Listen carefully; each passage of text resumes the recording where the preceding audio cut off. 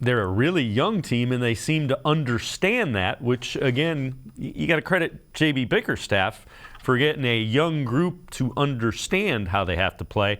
What do you think he wants to see in this next stretch of games?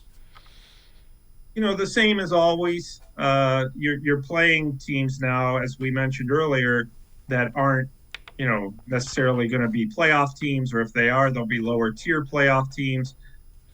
So, you want to be able to execute against these teams, prepare yourself for the bigger games against better opponents, and, stay crisp. Don't just and every NBA team is guilty of this. We've seen this with the Cavs a couple times this year already.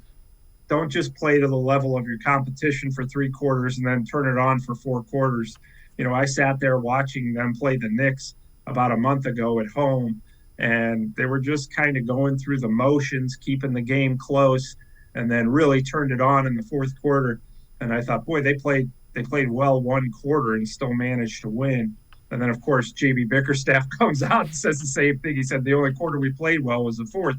You want to avoid that. You want to try to, you're not going to play great for all 4 quarters, but you want to be able to kind of spread it out so that you're in control and in command of the game at home against non-playoff opponents.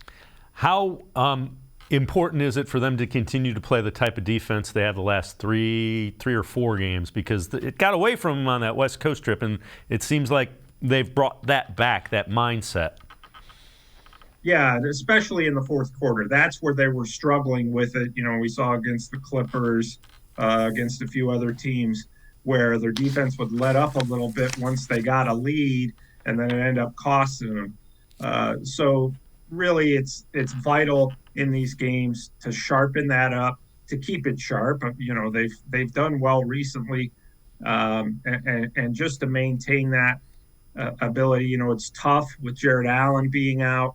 That's your defensive anchor. He's the guy who's going to alter shots if opposing guards get past the Cavs guards. So you just have to try to stay in front of your man and as a team, function as a defensive unit. And when they do that for 3 quarters of the game, they're in pretty good shape. But what's really important is that they really step it up and continue to do that and defend at the end of games.